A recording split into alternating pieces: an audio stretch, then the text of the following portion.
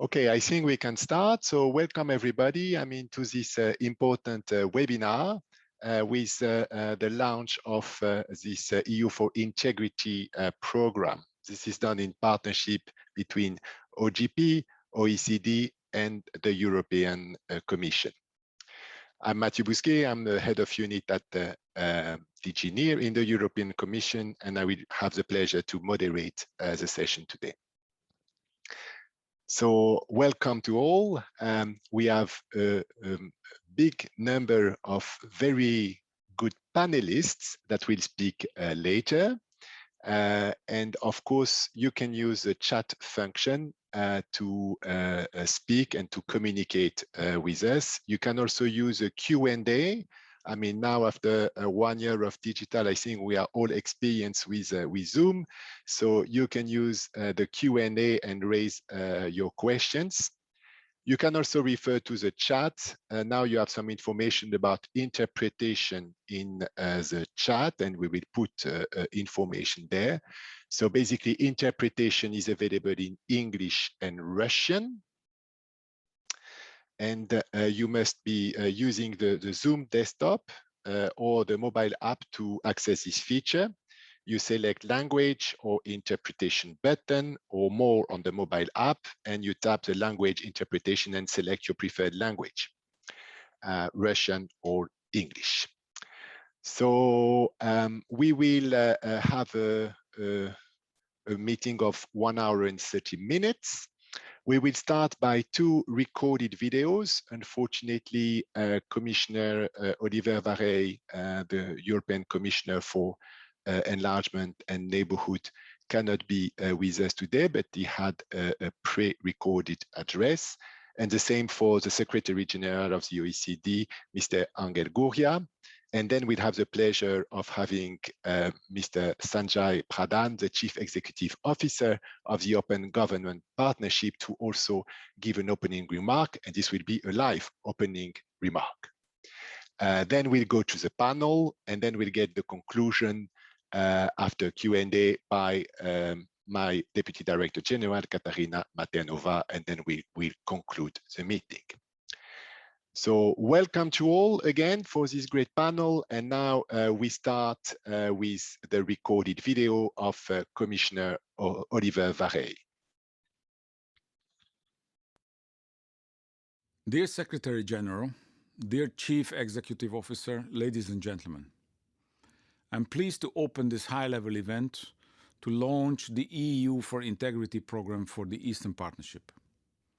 The program marks the beginning of an important cooperation between the European Union, the OECD, Anti-Corruption Network, and the Open Government Partnership. Together, we will support the Eastern Partnership countries in their efforts in the areas of anti-corruption, civic engagement, and public administration reform. The rule of law, functioning democratic institutions, and an active civil society are key for democratic transformation of the region and essential for socio-economic recovery and development. Yet, corruption remains a serious challenge in the public and private sectors, holding back the potential of our Eastern partners. Corruption undermines the rule of law and hampers socio-economic development. Evidence shows that it is the #1 obstacle to attracting investment.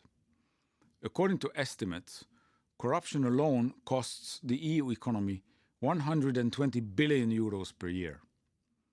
The EU for Integrity program will strengthen evidence-based anti-corruption policies and enhance enforcement. To this end, the program will provide a set of anti-corruption performance indicators and promote reforms. Let me focus on 3 key aspects. First, integrity is crucial to stimulate the business climate. Businesses require legal certainty, the absence of corruption, and efficiently functioning administrations to set up their operations. They expect efficient and independent institutions to ensure their rights. Foreign investors rely upon a level playing field that will protect their investments, including appropriate public procurement rules. This program will help to identify business integrity measures and commit to their implementation.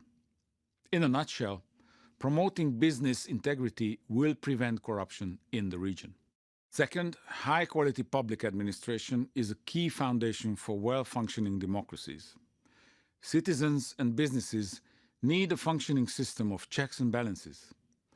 All state institutions must abide by the law, maintain integrity, and protect citizens, business, and investors from arbitrary decisions to exercise their rights fully. High-level and complex corruption is a particular challenge in the region. Our program will address this by developing a matrix of cases to monitor the investigation, prosecution, and adjudication of cases. Third, we need to ensure active civic engagement to better scrutinize the implementation of anti-corruption reforms. Civil society organizations and independent media are vital actors in this context.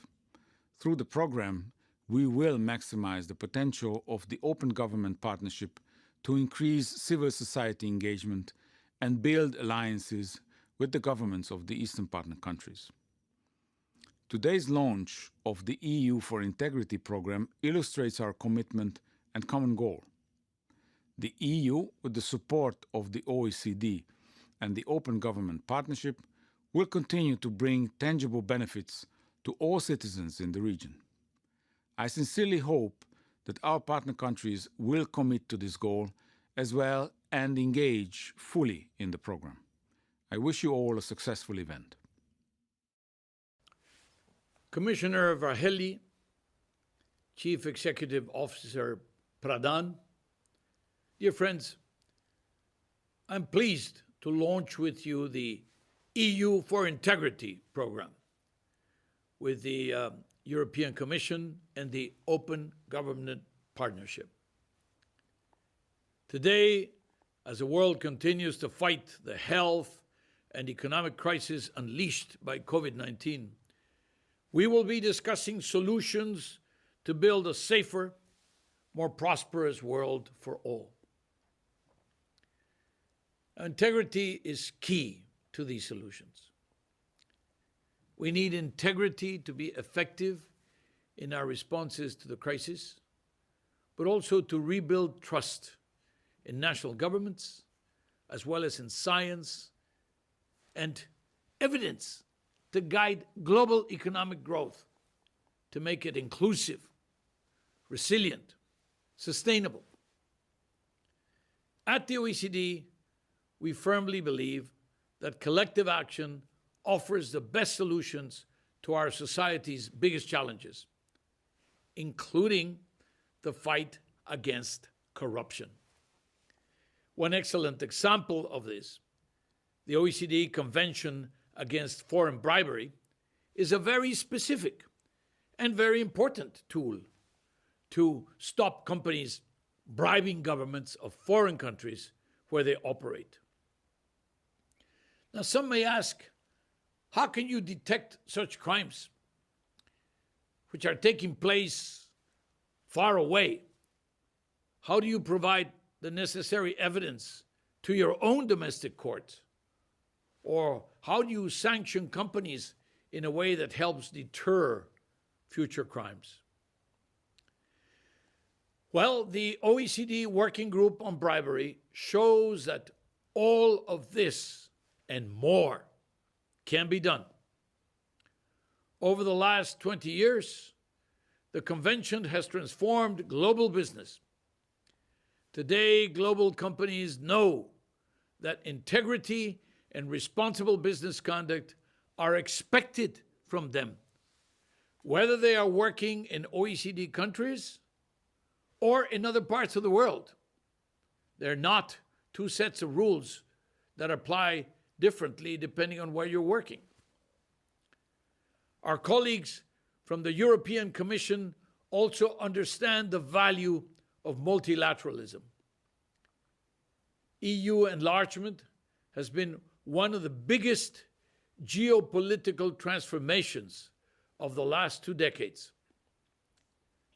Enlargement pursued a very ambitious goal to bring new countries into the EU, as well as to raise the EU standards in a wide range of social and economic domains, including integrity, anti-corruption, and of course, get those improved, raised standards to be practiced, to be adopted by the countries that became new members.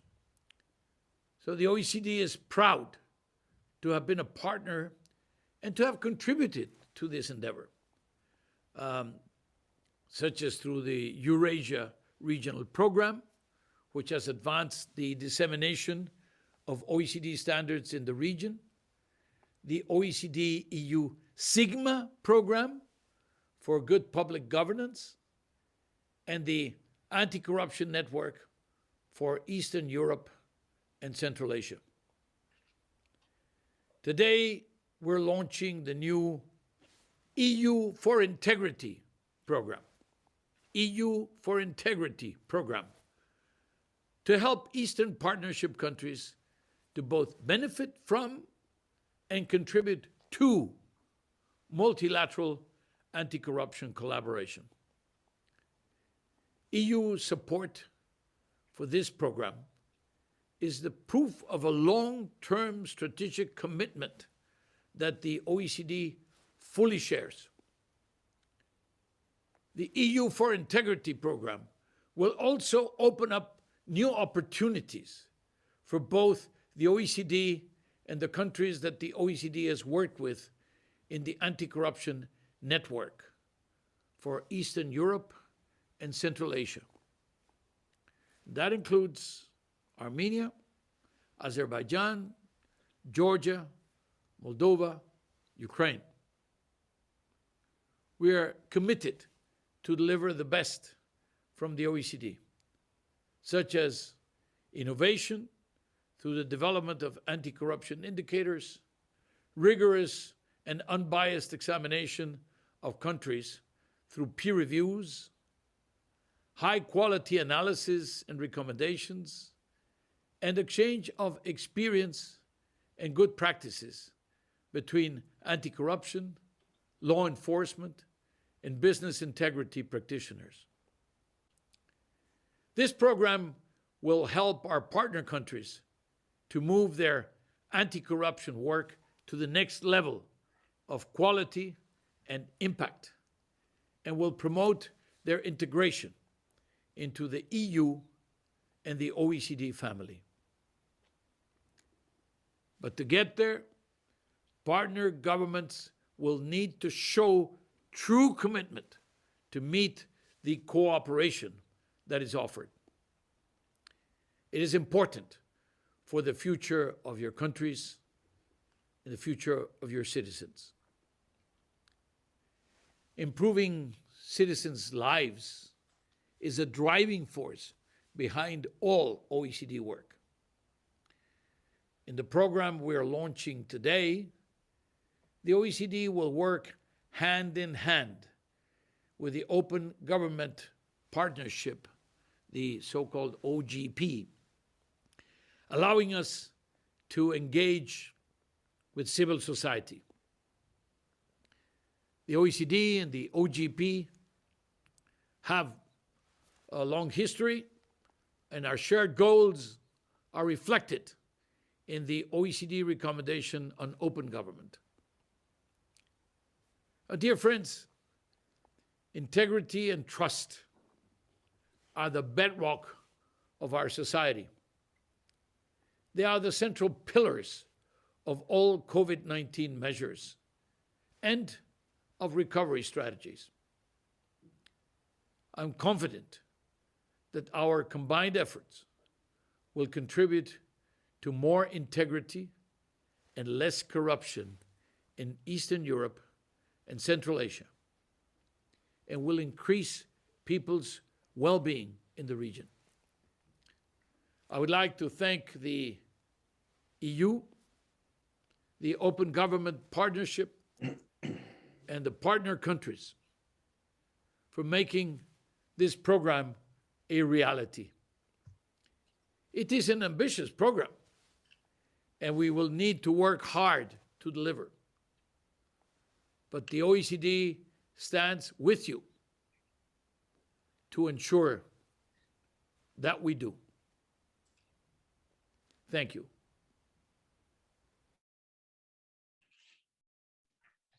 Okay, thank you. Thank you very much, even if they're not there. But now, Sanjay Pradhan, I mean, you are the Chief Executive Officer of the Open Government Partnership, so the floor is yours. Thank you very much, Matthew. Dear ministers, Katerina, colleagues, a very warm hello to each and every one of you.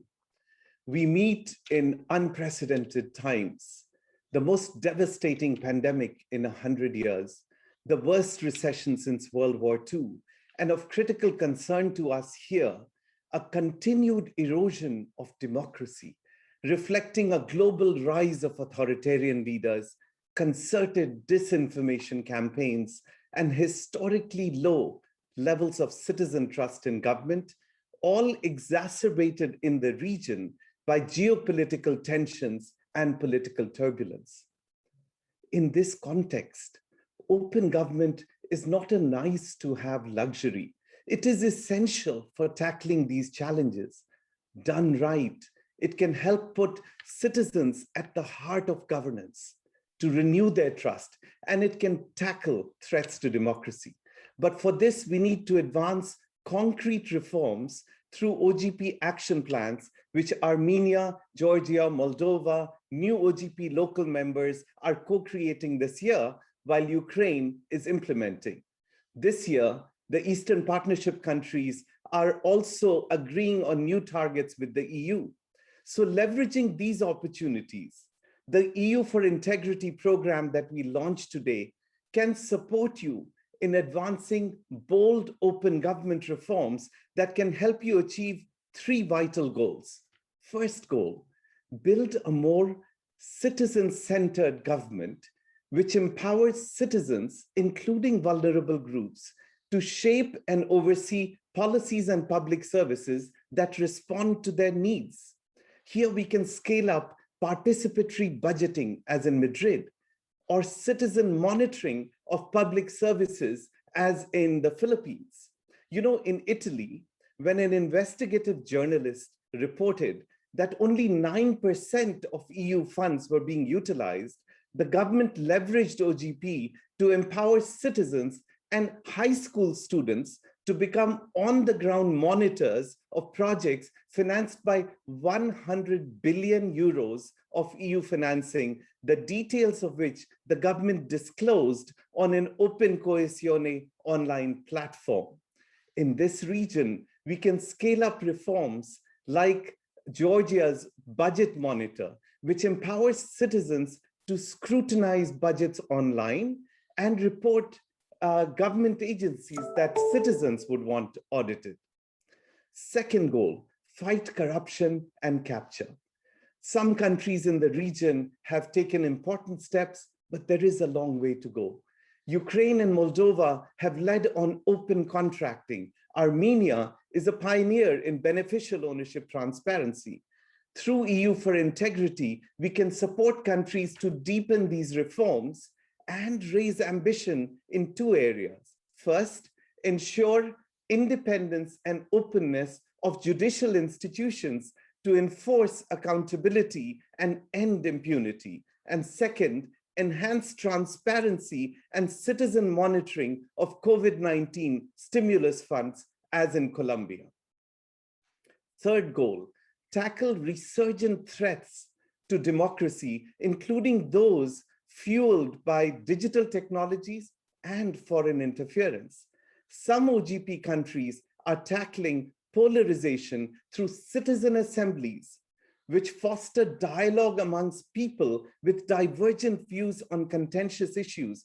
Finland has launched a digital literacy campaign to empower citizens to spot disinformation, and parliaments are curbing the influence of money and illicit financing in politics by regulating online political advertising in the Netherlands and by legislating lobbying transparency in Chile and Ireland.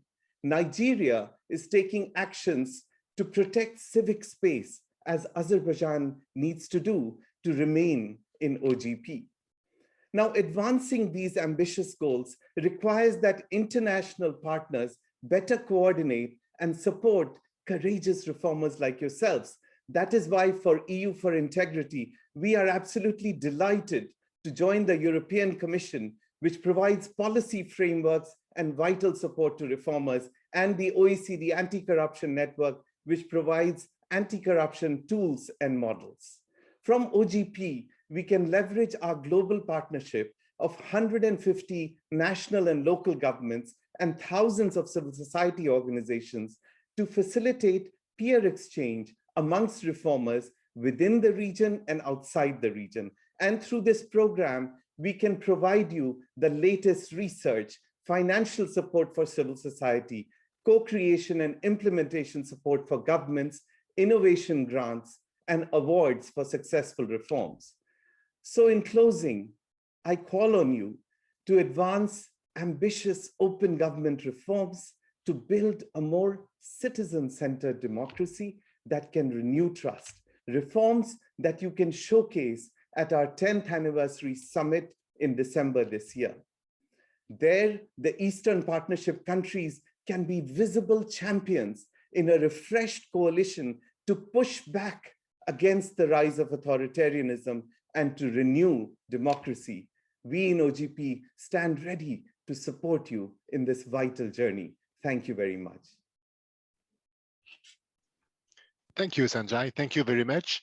So you heard a presentation by the three organizations that have joined forces, for this program. And now we are going to move to the panel discussion. Before we move to the panel discussion, one logistics comment. When you ask a question, can you please refer to who you ask the question in the Q&A button icon? That's the first one, that's about logistics. But before we move to the panel with very distinguished panelists, I just wanted to recall clearly what the objective of EU for Integrity is. It's really to improve anti-corruption policy making, monitoring, and evaluation, and to bring also innovative solutions, and Sanjay mentioned some of them, that have been tested in other countries for a co-creation, bringing civil society and public authorities working together to eliminate, if possible, eradicate, but certainly diminish corruption in Eastern Partnership countries, which is a way to economic recovery, reform, and success for further integration and relationship with the European Union. So let me present the panelists. So we have a very excellent panel of 9 panelists, 5 from government authorities and 4 from civil society. So we will have Mrs. Olesea Stamate, Justice Advisor to the President of the Republic of Moldova, Christine Grigorian, Deputy Minister of Justice of Armenia, Ilya Darshiashvili, the head of the government administration of Georgia, Kamran Aliyev, Prosecutor General of Azerbaijan, and Artyom Sitnik, the director of the National Anti-Corruption Bureau of Ukraine. That's for the public authorities. And then for the civil society organization, we have Veronika Cretu, Strategy Director of Global Data Barometer, Republic of Moldova, Andrei Borovic, the Director of Transparency International, Ukraine, Shushan Doidoyan, the President of Freedom of Information Center of Armenia, and Eka Gigauri, the Executive Director of Transparency International, Georgia. So clearly we've seen ups and downs of democratic reforms in the region. Some countries have hit the ceiling with ambitious reforms. others had backsliding or, let's say, cautious progress.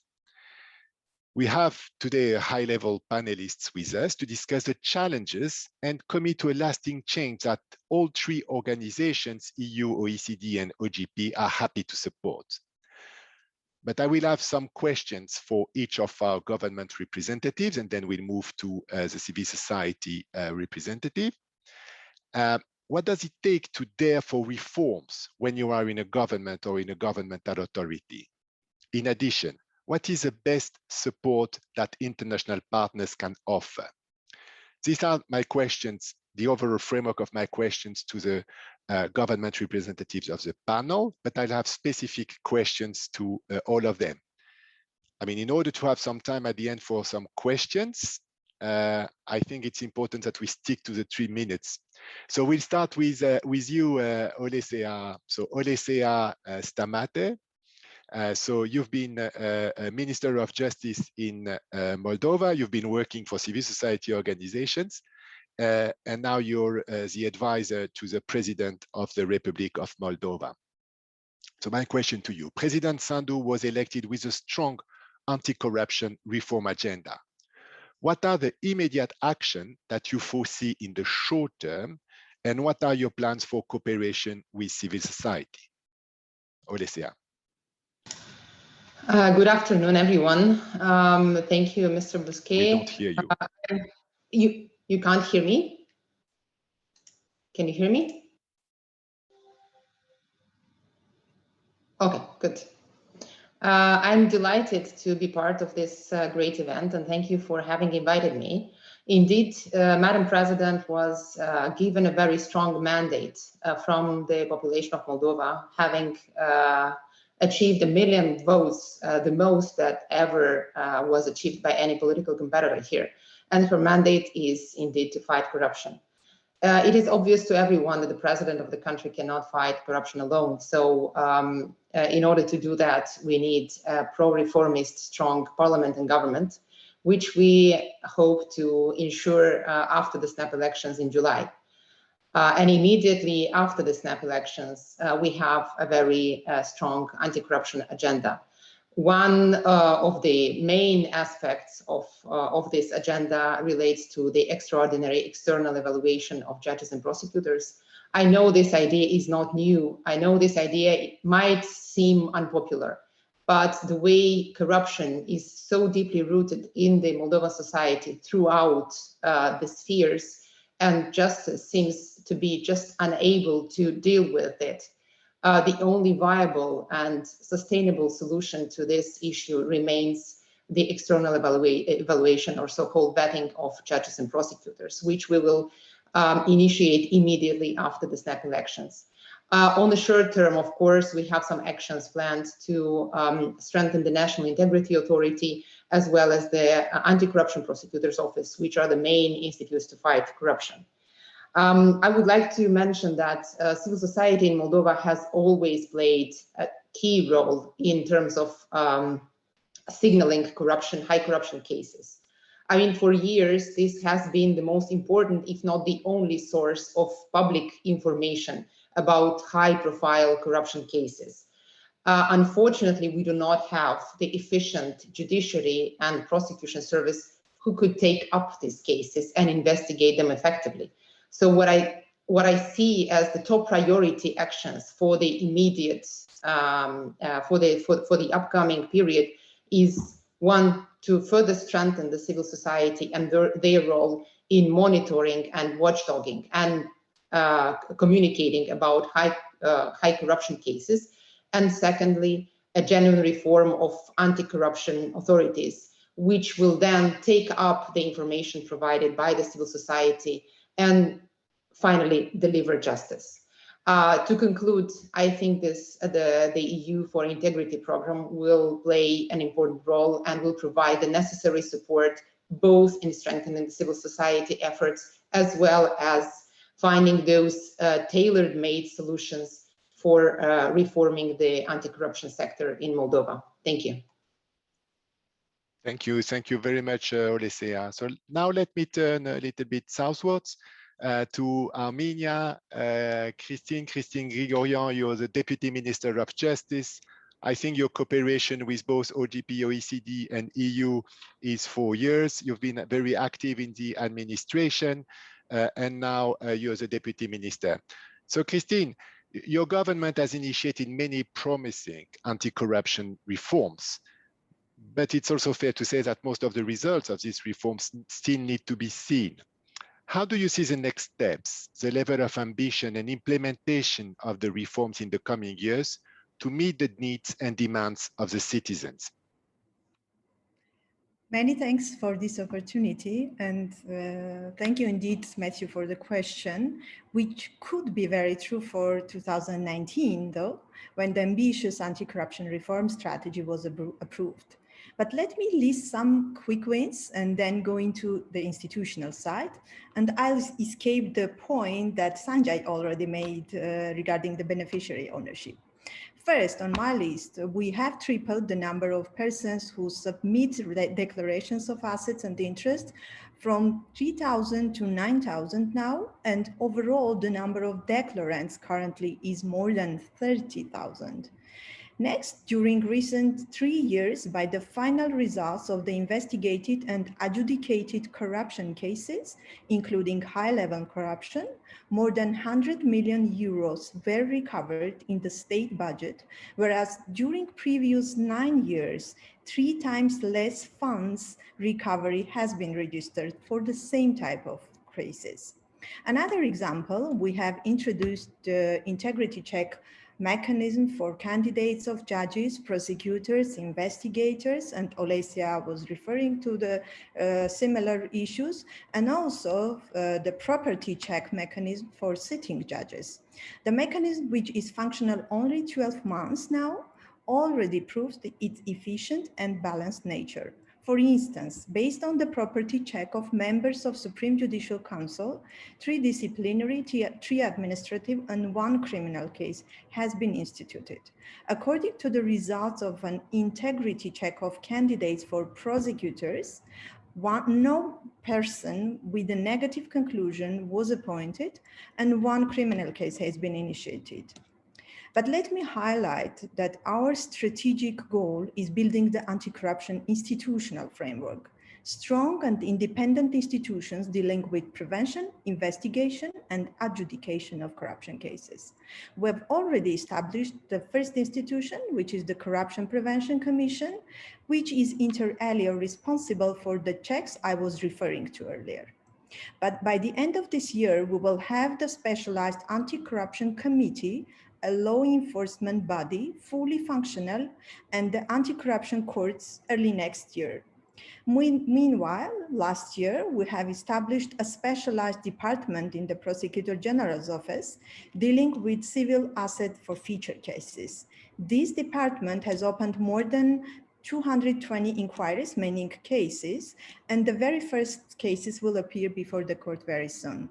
Finally, I will mention also the Corruption Perception Index, where Armenia has improved its rating with 14 points during recent 2 years, which means annually by 7 points, whereas in the course of the previous 7 years, only 2-point improvement had been registered for Armenia. This comes to prove that the initiated reforms already has solid impact on the perception of the citizens, as well as on the level of the trust. Nonetheless, much work to do, and as a government, we clearly see 2 important actors to partner with in implementing the reforms. First, the healthy and vibrant civil society to hold us accountable, and indeed the international partners whose role in providing the tailored expertise will remain important in this democratic path. Thank you very much. Thank you. Thank you very much, Christine. And it shows that, I mean, when there is some political will, I mean, things can change and even in short time already achieve some results which need to be sustained. Let's move now to Georgia. With Ilya Darshiashvili. He's the head of the government administration in Georgia. Ilya has worked in the private sector. He's worked as a diplomat, has been ambassador. He's worked as a vice minister in the Ministry of Regional Development and Infrastructure, and now he's head of administration. So Ilya, I mean, Georgia's anti-corruption efforts have been shining bright in the past. I mean, there's no secret in the region. But now the question is how to sustain these efforts, and what is the next generation of reforms and commitments to the citizens of Georgia? Ilya. Thank you, Matthew. Thank you for this great opportunity. I'm really happy to be here. And thanks for the question. Exactly. I mean, Georgia's European future and Georgia's European path is really successful. And we know this story. This process is moving forward. And you know that we have openly declared our future destination, and we are moving through that process.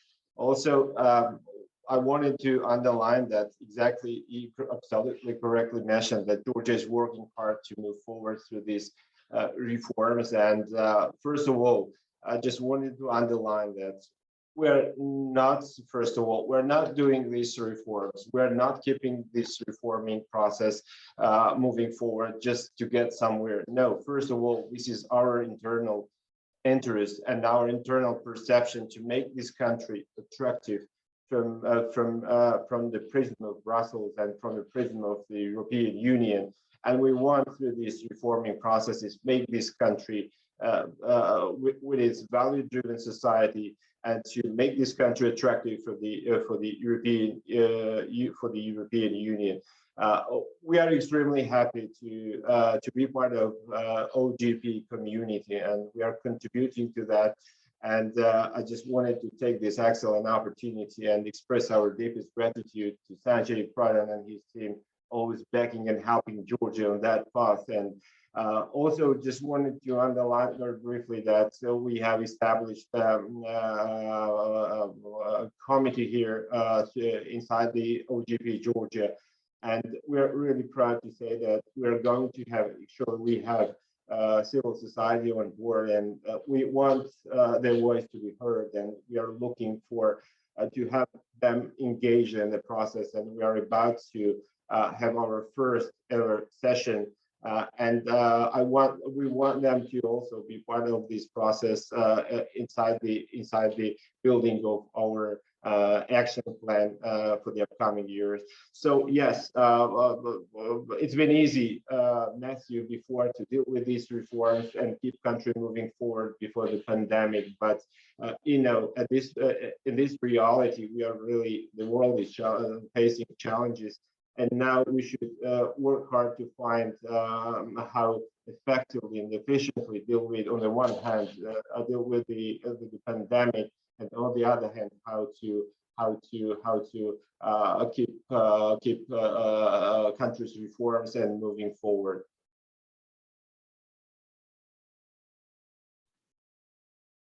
Thank you, Ilya. Let me remind also all the participants that they have the possibility to ask questions to our panelists.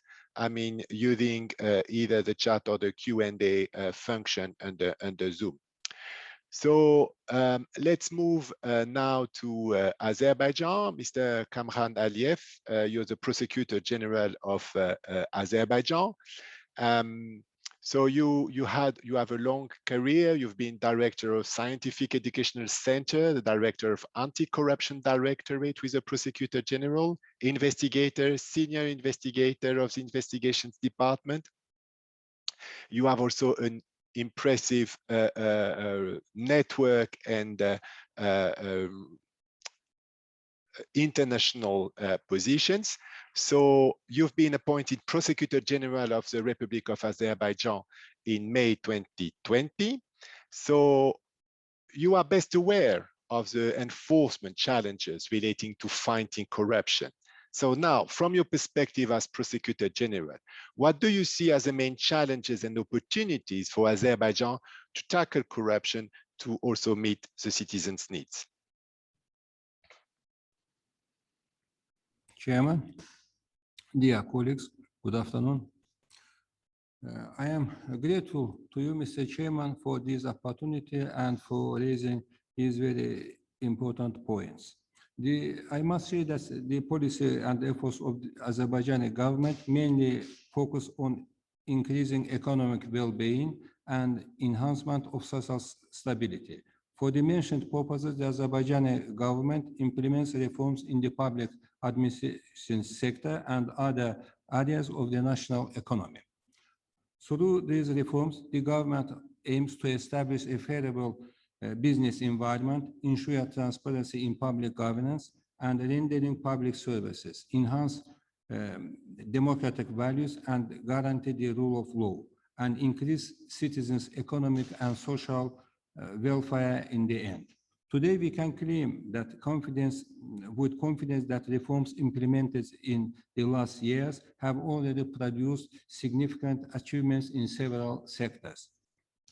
For example, I can refer to the fact that the present-day Azerbaijan has one of the fastest growing economies and is among the world's top reformers, according to the World Bank's report, Doing Business 2020.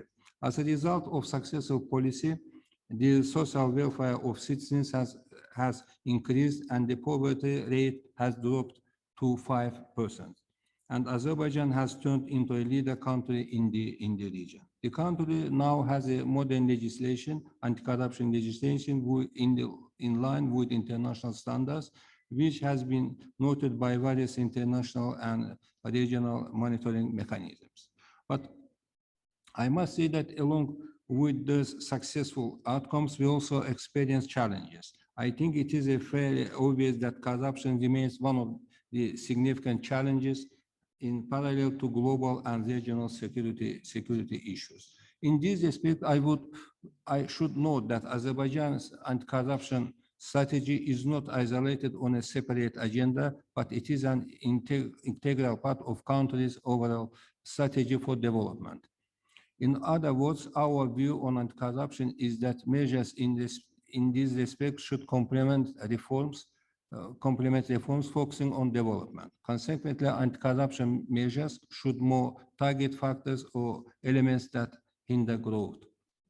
Turning to the question on the role of international partners in that process, I would like to highlight that international cooperation has always been a center of our reform policy, and note that we expect from our international partners their support in achieving priorities, which I underlined.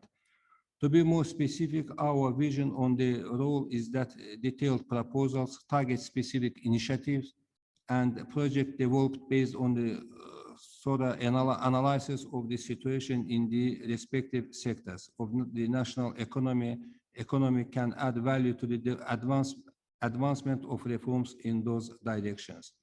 These can be in the form of projects or initiatives which rely on analysis of corruption risk and aim to eliminate them, for example, by modernizing the respective legislation or enhancing practical skills. Moreover, we would highly appreciate the assistance in improving innovative tools, practices, and equipment reflecting this best international practice in this regard.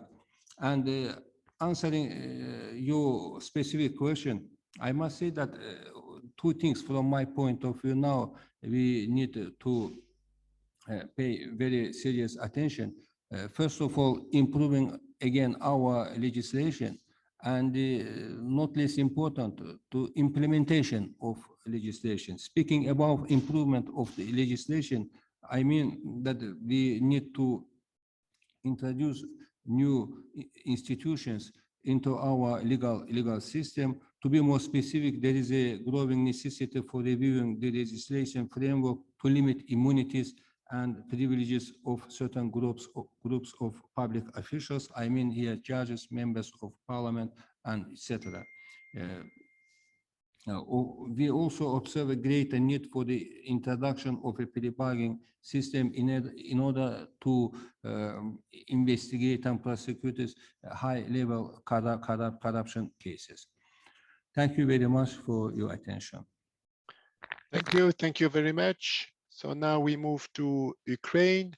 Artyom Sitnik, I mean, you are the director of the National Anti-Corruption Bureau of Ukraine, which is a new institution which was created basically from scratch in 2015. You've also became the first head in the history of Ukrainian law enforcement agency to be elected, I mean, through an open competition. So, Artyom, my question to you is the following. Ukraine has come a long way to create an anti-corruption institutional architecture. And NABU has been a champion of the fight against corruption for Ukrainian society, but even for the world at large. Being a champion sometimes means being challenged. So what is the key to success and to continued success, and how to sustain positive momentum and achieve impact? Please.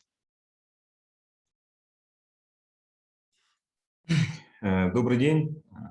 В первую очередь хочу поблагодарить за приглашение, за возможность выступить, рассказать о нашем опыте, рассказать о наших проблемах. И отвечая на ваш вопрос, могу сказать, что я думаю, все помнят, что в Украине в 2014 году произошло событие, которое называют революцией достоинства.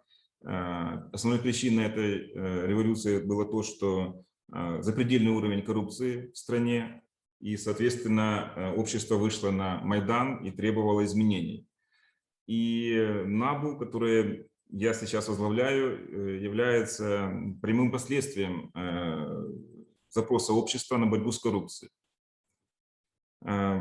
Нужно отметить, в чем факторы нашего успеха. В первую очередь, это то, что НАБУ – это первый и пока что единственный правоохранительный орган, который создан с нуля в независимой Украине. Все остальное, что у нас работает, это наследство Советского Союза, которое мы никак, к сожалению, не можем до конца реформировать. Второе – это эффективная команда, которая работает в антикоррупционном бюро. Эта команда – это 700 человек, которые впервые отбирались через открытый конкурс при активном участии гражданского общества. И для примера того, что очень много людей хотели приобщиться к этой борьбе, мы выбрали 700 человек среди 45 тысяч людей, которые подавались на конкурс в антикоррупционное бюро. То есть очень много людей хотели работать у нас, и мы, естественно, выбирали самых лучших, и опять же при прямом участии гражданского общества. И эта эффективная команда не только хорошо работает, а и имеет такие общие ценности, потому что, исходя из специфики нашей работы, когда мы боремся с коррупцией на высших эшелонах власти, нас объединяют общие ценности. Нас неоднократно пытались подкупить, суммы взяток, которые предлагались нашим сотрудникам, превышают миллионы долларов. Последний пример. Взятка предлагалась мне и антикоррупционному прокурору. Сумма взятки была 5 миллионов долларов. Люди, которые предлагали, были задержаны. Эти деньги, надеюсь, скоро будут в бюджете Украины. И также фактором, который дал возможность нам запустить НАБУ и работать эффективно, это международная поддержка, но и поддержка гражданского общества. Потому что, к сожалению, мы все годы нашего становления, все годы нашей работы ощущали огромное сопротивление со стороны отдельных государственных институций, со стороны представителей разных политических сил. Почему так происходит? Ну, к сожалению, и сегодня Кристина вспоминала о том, что как важна политическая воля в борьбе с коррупцией.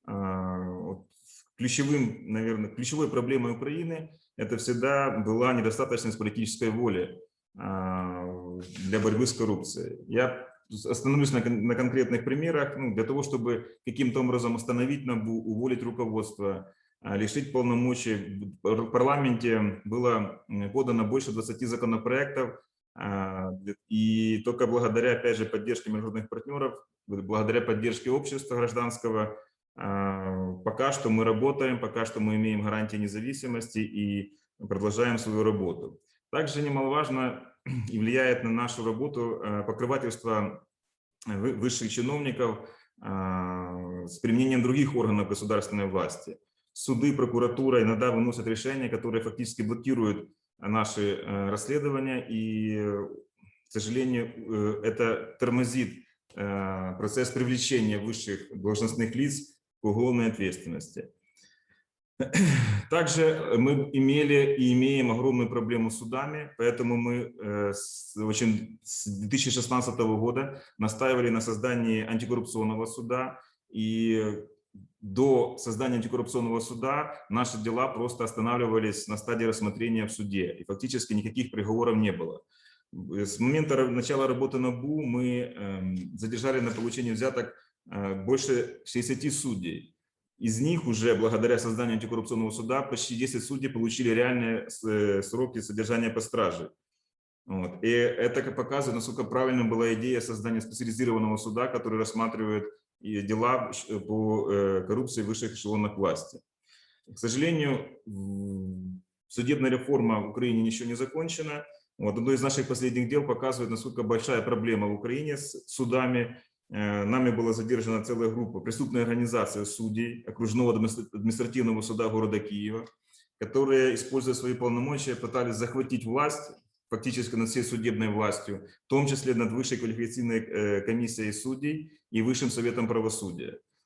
Поэтому, с одной стороны, в Украине работает и эффективно работает созданная антикоррупционная инфраструктура. НАБУ, антикоррупционная прокуратура, антикоррупционный суд, агентство по предотвращению коррупции. С другой стороны, мы постоянно ощущаем сопротивление и видим постоянно попытки эту систему или подмять под себя, и в другой способ лишить нас независимости.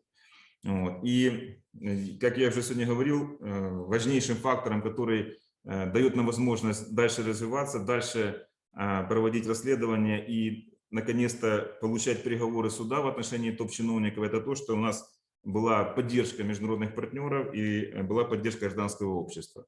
Вот. И напоследок хочу сказать, что мы с удовольствием приобщаемся к этой платформе и готовы поделиться опытом нашим, рассказать, какие проблемы у нас были, с какими проблемами мы смогли справиться, с какими проблемами мы сейчас справляемся. Спасибо за внимание.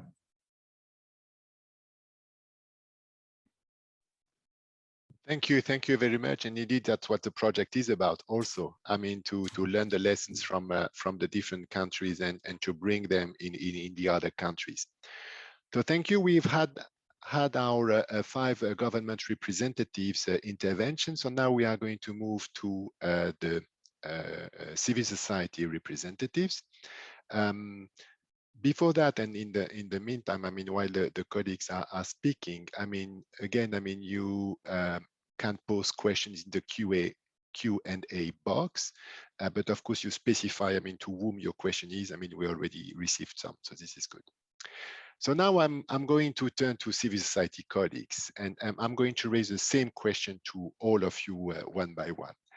We've seen in some countries worrying trends in terms of a limitation of civic space, increase of discretionary decision-making, and lack of participation at all levels during the pandemic. Well, this is valid in the EU as well and in Eastern Partnership. So the role of civil society in the EU for Integrity program will be key. EU for Integrity aims also at empowering you to play your democratic role in holding governments accountable and strengthening advocacy for sustainable reforms. So what are the 3 main concrete actions that you would see for the program to tackle, I mean, in your country? So we start with Veronika. Veronika Kretsu is a strategy director of a Global Data Barometer of Moldova. She's a former civil society steering committee member of OGP.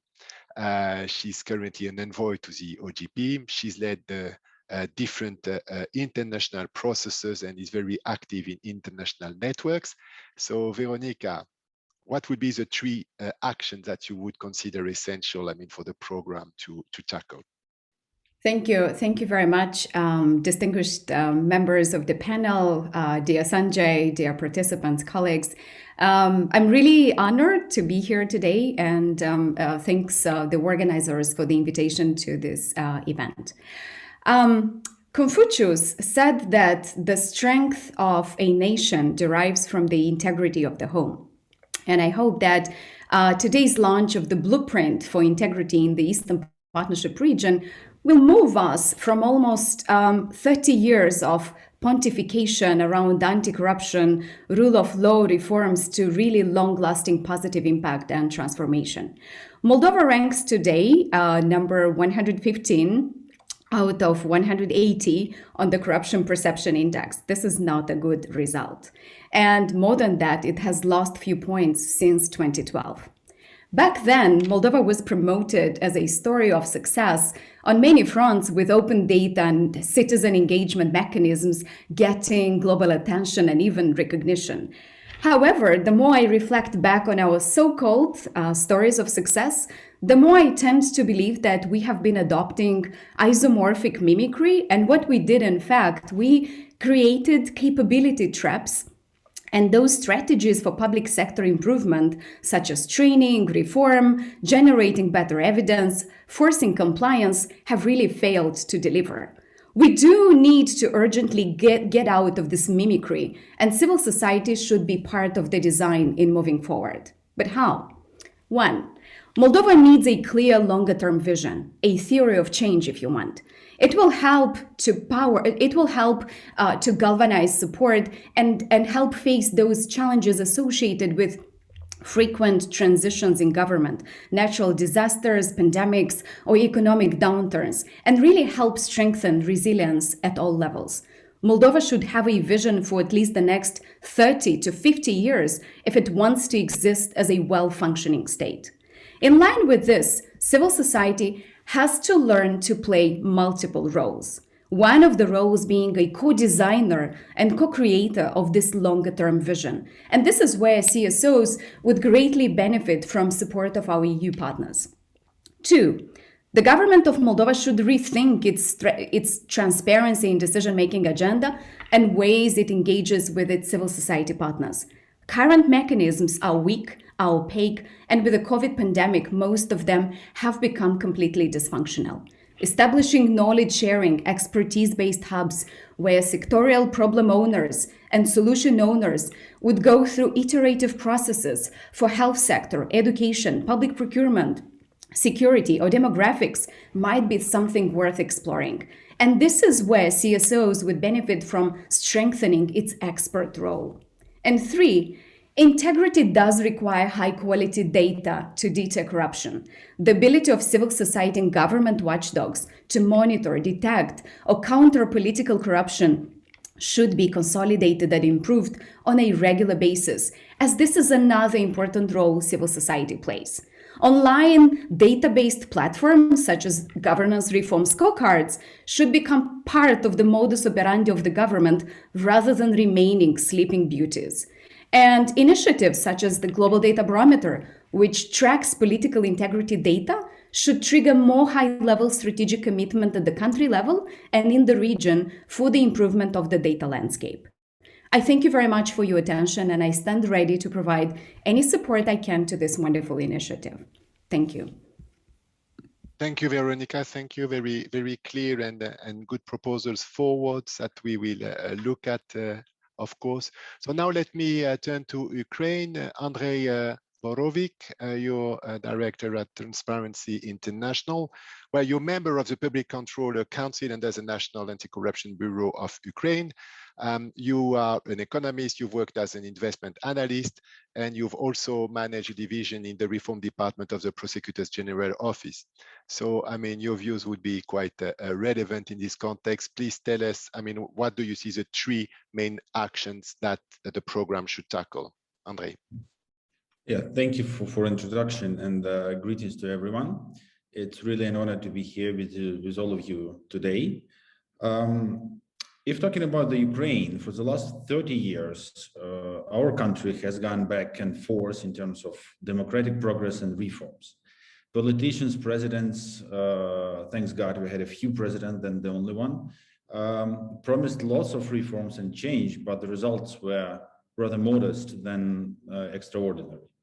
And in order for Ukraine to move on with the reforms, we should understand that only complex actions and tough reforms should be done, because there is no easy solutions when we're trying to change the system. So my first proposal for the action would be actually part of your question. I think that in order for the government to be more accountable, it should be limited in power. For example, deregulation and privatization should be a #1 priority. Even just these two actions may considerably decrease corruption and I think improve quality in the sphere of public management. Secondly is, of course, the rule of law and justice. A rule of law in the broadest meaning. Since 2014, there have been considerable efforts to create new and untainted institutions capable of fighting high-level corruption. In general, these efforts were successful. We have Anti-Corruption Bureau, we have Anti-Corruption Special Prosecutors Office. After 3 years of advocacy, we have High Anti-Corruption Court. But these all institutions are, let's be honest, small. But other part of the justice system, such as police or other investigative bodies, prosecution, and finally courts, there was literally no any reforms, and we only talk and discuss how it should be conducted or try to present something new like a patrol police, but it's not going any further. It is so it is necessary not only to restart and accelerate all these long-awaited reforms of all of these bodies, but also to look at the legislation field. So actually look into the rules under which these agencies are operating. So justice institutions must stop being considered as hubs for corruption and abuse. And finally, I think one of the most obvious actions, which is really common for most of the countries in the world, is digitalization. Digital tools increase the speed of exchange of information, decrease human factor, and give citizens and state more opportunities. Ukraine already proved with our the most transparent public procurement system, Prozoro, public auction system, Prozoro Sale, electronic asset declaration system, that we can innovate and we can impress other countries, and we also can export our experience. So I think that the next breakthrough project can be electronic contracts or open contracting that will definitely improve public governance and simplify financial and public control. And by the way, this is one of the OGP action plan commitments to Ukraine. And I truly believe that implementation of above mentioned measures will secure transparency and sustainability of any potential reforms in the future. Thank you. Thank you, Andrei. I mean, this is quite clear and ambitious, but a clear way forward. Let's now move to Armenia. I mean, Shushan Doidoyan, you're the president of Freedom of Information Center of Armenia. You're the founder of this organization in 2001. In June 2015, at the Universal Rights Award ceremony, you were awarded with a Freedom Defender Award in recognition of your outstanding efforts pursuing freedom of information, transparency, and accountability in public decision-making. Congratulations. So you're the country representative of the Reporters Without Borders and one of the founder members of Access Info Europe. Shushan, 3 actions. Thank you. Thank you for this great opportunity. It is also, for me, it's a great honor to be here and deliver key messages. So the first concrete action I would recommend to implement is to empower the people with access to information, which is a key to protect journalists, to ensure accountability of the government, and fight against disinformation. Indeed, disinformation became a major concern in the world and also, of course, in all Eastern Partnership countries. Media are flooded with hate speech, disinformation, and manipulation. Anti-media sentiments are flooding the social platforms, which is a quite new tendency, and it ruins the trust towards the media. So the second action I would recommend is tackling disinformation through stimulus of the youth. We see the youth as the strongest partner of a change.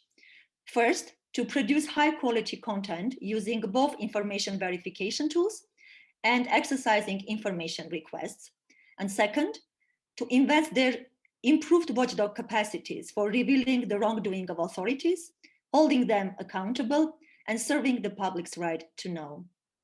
And finally, the third area I would like to highlight is the transparency of the media ownership. At present, censorship does not control the media. It's ownership that controls the media. How can people evaluate the reliability of information if they don't know who provides it? How can people trust the media if they don't know who stands behind it? Taking into account the predominant decline of public trust towards the media, the public has the right to know who stands behind the media outlets. The public needs access to trustworthy information revealing basic identity data of the media, as well as all relevant information on ownership of the media. To conclude, next should be empowering citizenry with accurate, accessible, and complete information through advanced access to information, strong proactive transparency of the government institutions, and media literacy knowledge. And in order to rebuild the trust towards the media, ownership transparency of the media should be fostered and ensured. Thank you for your attention. Thank you very much, Shushan. That is also very clear. Let me also mention that we are just launching a new program called EU for Independent Media, and that is addressing partly what you were suggesting. Let's move now a little bit north. Eka Gigauri is an Executive Director of Transparency International Georgia. Well, Eka has played a key role also in putting the governments accountable in Georgia, the different ones. But you've also been Deputy Head of Border Police of Georgia, where you were conducting and supervising successful anti-corruption reforms of the border police. And you've been involved in many projects with international board partners. So Eka, what are your 3 actions that you would recommend to be implemented? First of all, thank you for organizing this event, and thank you for inviting me here. I would say from the beginning that you also mentioned in your remarks that Georgia was like really the shining star when it comes to the anti-corruption reforms, especially in this region. And colleagues talked about the e-procurement system, like the special platform where the declarations of assets of the public officials are uploaded. Also, they talked about the media transparency and ownership, transparency of media ownership and all that. And I was just thinking that we have introduced this 18 years ago in Georgia. So this is why we were considered as the front runners in the region, and I am like really proud that I was also involved in anti-corruption reforms here. But at the same time, for many years, we say that, yes, we don't have petty corruption in the country, but we have serious challenges with the grand and elite corruption here.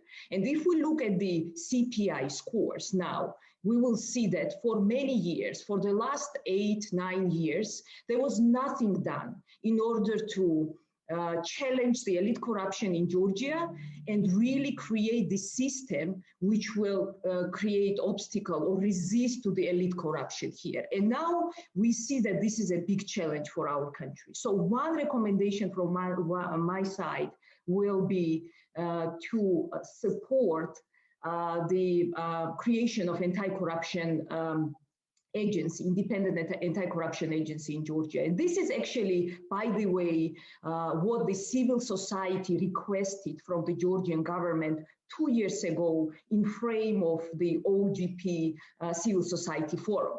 At this moment, that time Georgian government did not support this, and this is what we are advocating for now. This agency will be dealing with the monitoring of party finance, the conflict of interest of public officials, and also they will be investigating the elite corruption cases. This is very important to have in Georgia, and this is like really the urgent need for us. The second one is related to the strengthening of the institutions which have the oversight functions, and especially the Parliament of Georgia. We became several years ago the parliamentary republic, and I think that when it comes to the effective anti-corruption system, the role of the parliament is essential here. Also, when speaking about the agencies with the oversight functions, I also mean the state audit agency and the public defender and such institutions. They really need the support, and they should be the essential part of the anti-corruption system.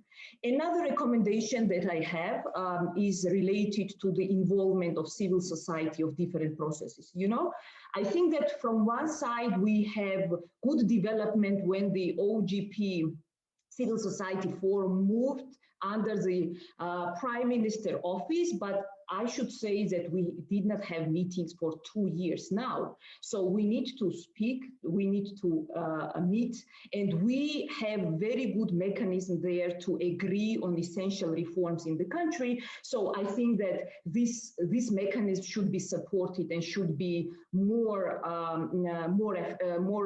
intense now.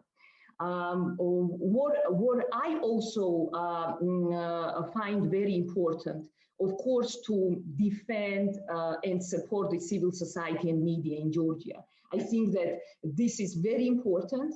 I understand that in this region, in some countries, the civil society is under bigger problems, but still in Georgia, we have this development when the media and civil society is under the attack. So I think that our international partners will play the crucial role in supporting the civil society and also the active youth groups and generally active citizens. Thank you.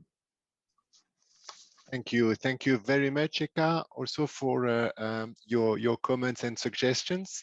So I think we had the presentation by all panelists. So now, I mean, we have received some questions in the Q&A. Some questions are related to how to join the network, the organization, how to access information. So you can look at the chat function. And of course, our colleagues from OGP and OECD are very happy to give you some further information. But if you look at the chat, I mean, you can refer to it. There is a question, however, to Mr. Darshashvili. And I'm going to raise it, so if you can respond shortly. But how do you see the problem of high-level corruption in Georgia to be handled?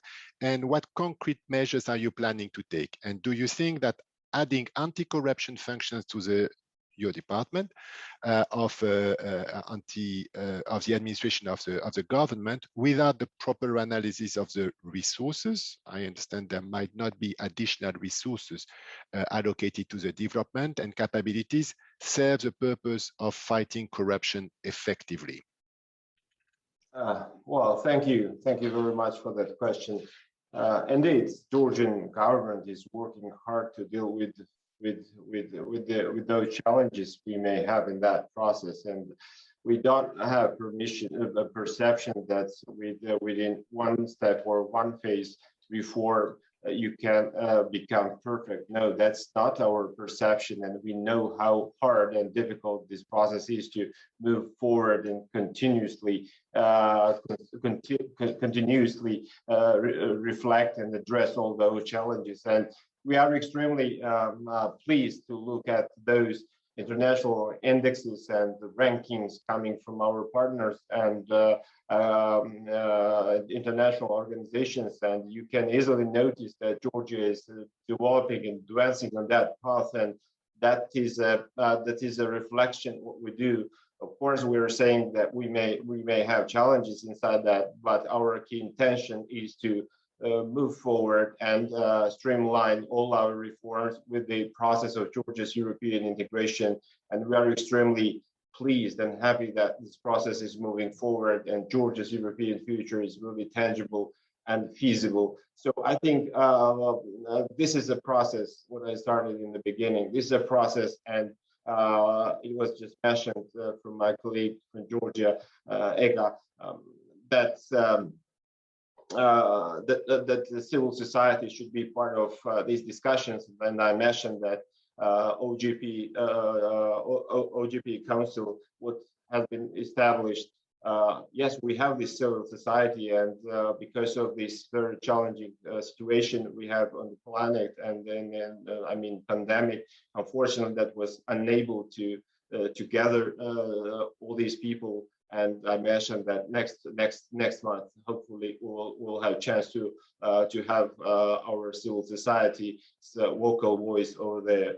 So I think I mean the question, to answer the question, what we need to move forward, and the answer is very clear that we need our friends and partners to help Georgia, because having reforms and keeping country reforming is not easy process. It requires a lot of resources, and we need continuously our partners to help and back Georgia to be successful on that path. Thank you very much. I mean, I'm confident that in the spirit of dialogue, I mean, the civil society, I mean, will tell you what they think in the meeting you were mentioning. Okay, very good. So maybe before we get, and I'm very happy to see that Katarina Maternova joined us, but before going to the conclusion by Katarina, I'd like to ask each of the panelists, I mean, one simple question, and maybe if you really think about responding by one word, maximum one sentence, and we will go in the reverse order. I'm already anticipating, so we will start with Eka. So, what is a silver bullet for an Eastern Partnership if we want to build back a strong, harmonic, and democratic region? So, what is a silver bullet according to you, Eka? Independent judiciary. Thank you. Shushan. Thank you. One sentence, please. In order to build back a strong and harmonic region, we need to defend activists and journalists who serve as critical intermediaries. Thank you. Andrei. I would say it's multi-stakeholder collaboration. That's it. Okay, Veronica? First of all, I think Eastern Partnership has never been a strong and democratic region. So the path away, the road ahead is still a long one. But one magic, in a way, solution is to understand that integrity is a mindset. And understanding integrity requires literacy among general population, and civil society should act as a diffuser of that knowledge, translating it into simple, user-friendly language and building the longer-term demand for integrity at all levels. And finally, to develop our integrity agenda in the region, I think we may act in a way that is described by Lewis, the famous British writer. Integrity is doing the right thing even when no one is watching. Okay, very inspiring. Artyom.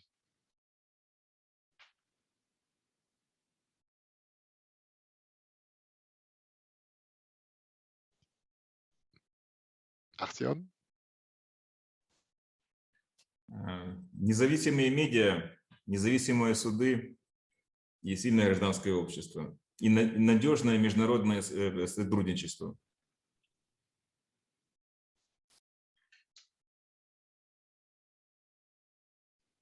Thank you. Kamran.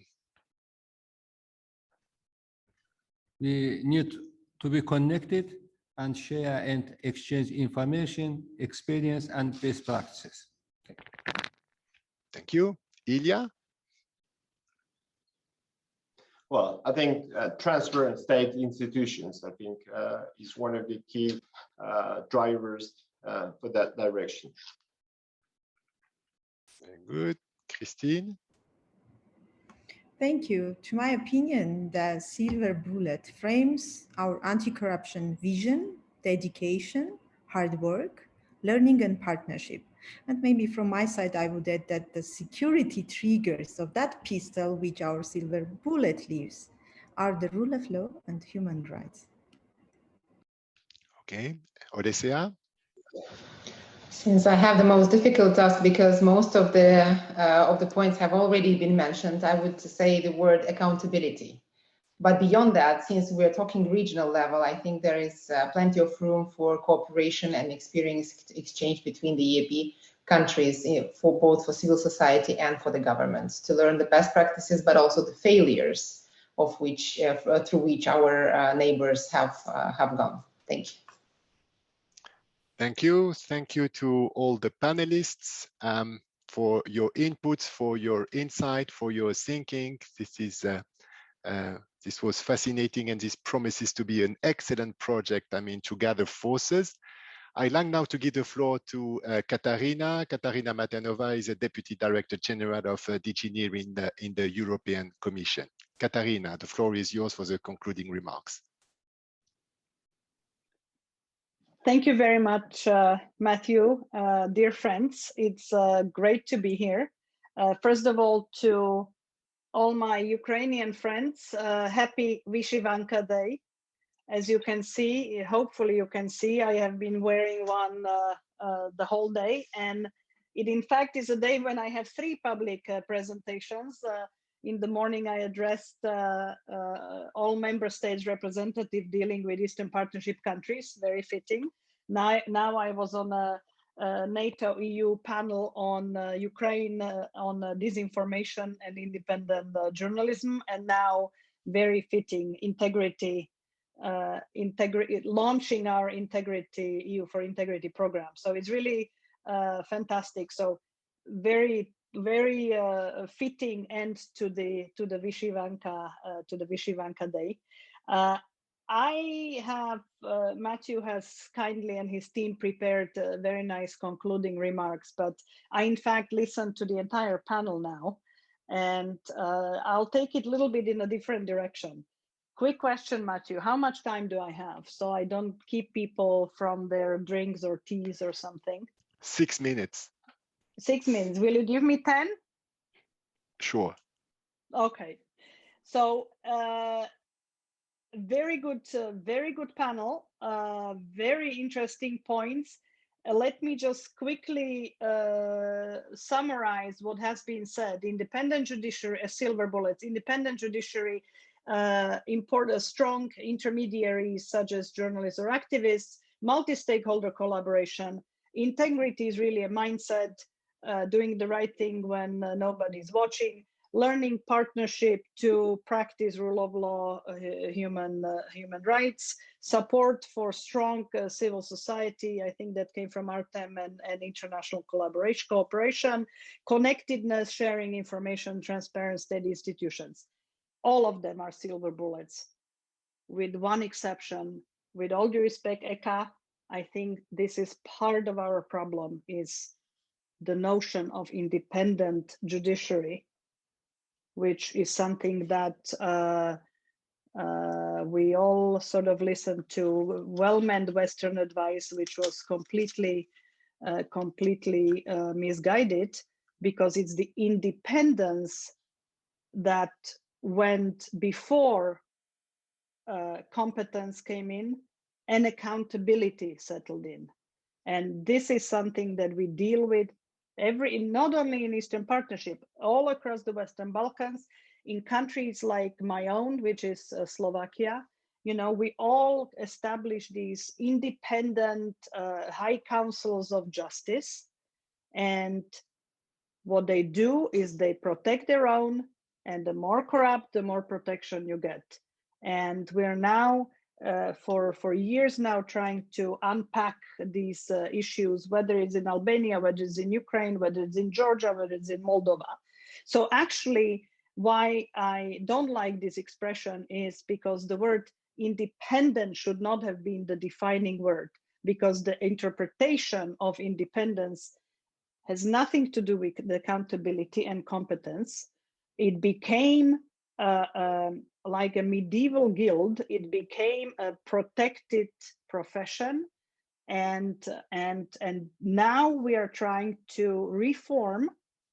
And all my Artem and others from Ukraine could tell stories about you know, what's happening now in Ukraine, but we had similar things in Georgia, similar things in Moldova. Now we're trying to reform institutions that say, oh, you can't touch us because we are independent. So I think, and this leads me to, and my own country made exactly the same mistake. I mean, we went exactly the same path, and it took us 25 years, and it took the lives of a journalist and his investigative journalist and his fiancée being murdered, that there has been really a strong public sort of upsurge pushing the ex-prime minister out of his office, but also electing a government that started taking independence of investigation and really going after the bad guys. And in that process, a very good Minister of Justice really kickstarted a cleansing of the judiciary. And it has not been easy. It has been extremely difficult. So, I mean, I'm joking that I disagree with you, Aka. Of course, I agree with you. I know what you meant, but I think just using that word has created a lot of the problems, because I do agree all of the efforts that everybody talks about how to weed out corruption, ultimately the last sort of test of it is how accountable and effective and efficient the judiciary is in delivering justice. And so it is the ultimate silver bullet. Now, what we would very much like to do in this project, and it's fantastic to have my my long-standing friend Sanjay, who leads OGP here, and also our friends from OECD, to really work with you on the part that not necessarily deals with this ultimate silver bullet, because there is a lot that can be done before. And in fact, anytime I teach my students, or when I talk publicly on the topic of corruption, I always say that, you know, if you have to deal with corruption consequently, you need extremely strong institutions, accountable and efficient and effective and independent eventually, but not as the first thing. Judiciary, that's really strong institutional setup. What do you do in institutionally weak environments? And I think that all the other things that I'll mention now, which is really from my practical experience, which I think can go a long way, having in mind the institutional weakness, are the following 3 or 4. In my own country, which was as corrupt as you know, everyone around, every neighboring one in the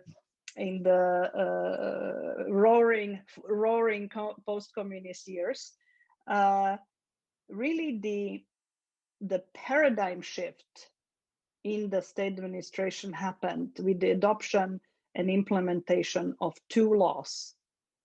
And Sanjay will remember it well, because we actually traveled there together around the time, and it was in fact Transparency International, the local chapter, Emma Sichakova, that worked with us. I was working with the Deputy Prime Minister for Economic Affairs at that time, that helped champion this and create the popular support. And that was the Freedom of Information Act.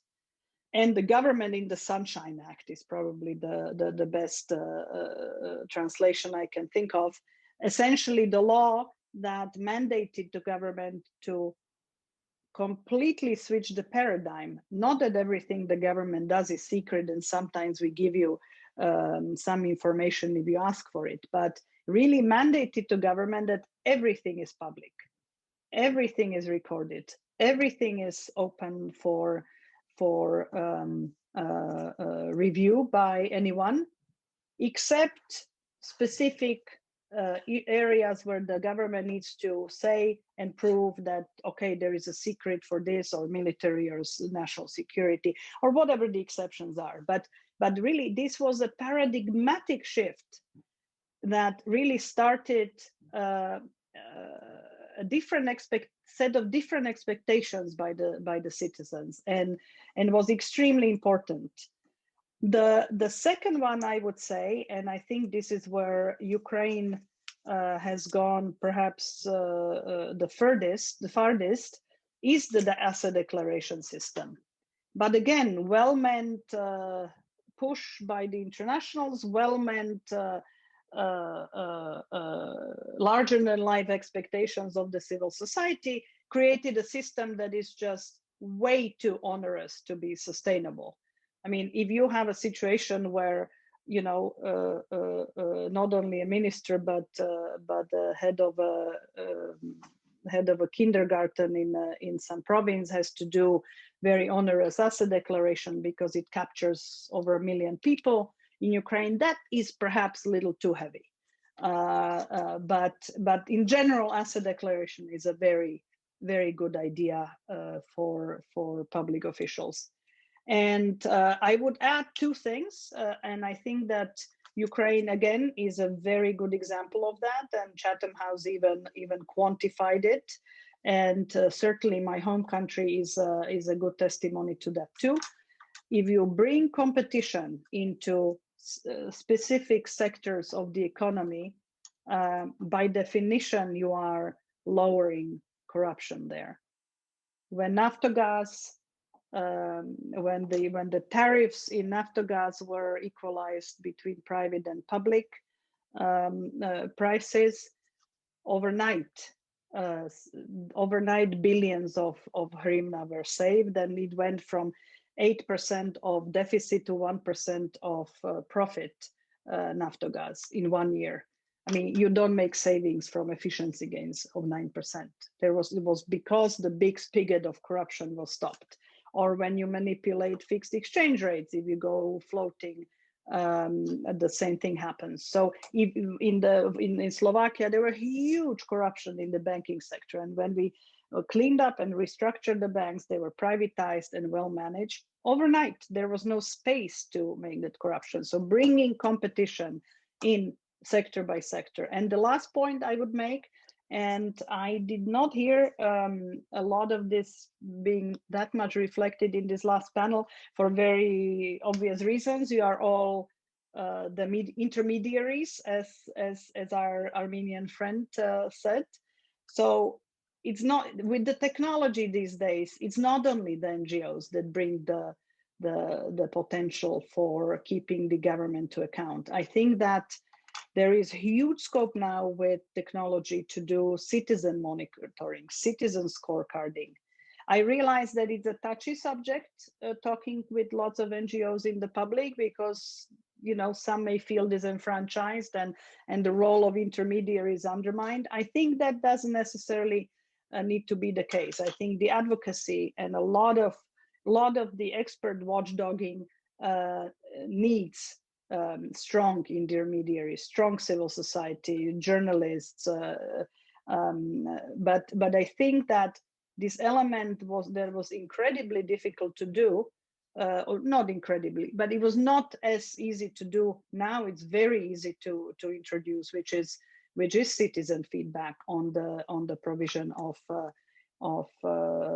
public services. And but perhaps you talked about it earlier in different context, which I would not have heard. But just wanted to add these few reflections now that I listened to the panel of a little bit of my experience. And I just want to say that I'm very, very glad we were able to pull this together, and that we have an EU for Integrity program. This morning we were discussing with the member states plans for the future of Eastern Partnership.